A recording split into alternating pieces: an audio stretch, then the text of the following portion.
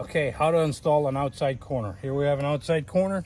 The first thing you need to get is your length. You can either measure it and measure the piece, or you can just butt this up to that and then just score it.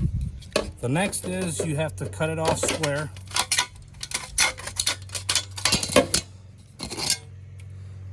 And now you have to cut this on a 45, leaving a very small stub nose right there, like 3/8 of an inch. And then cut it on a 45, and these holes are all on a 45, so you can follow these holes.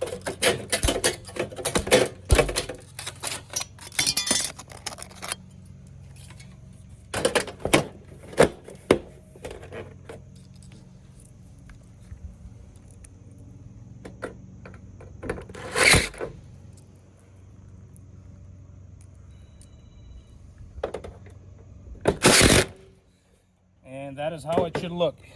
Okay, now we have this one piece for the outside corner. Now we're going to show how to do the second piece. So you have a square piece, and all you do it just like you did the other time. A little 3/8 stub nosed here, and then right along this line. It's easier to cut with your product on the left, so that's why I'm starting on the back this time. So there you have it.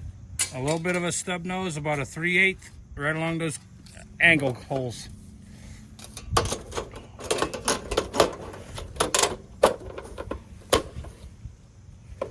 So that fits nice and tight right there.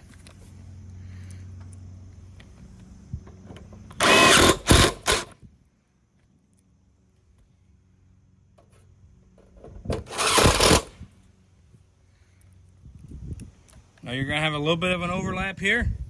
And all you do is right inside there, you just drive a screw right down through. They're self-piercing, and they'll drive right through both of the products. Makes a nice, tight, sealed off corner.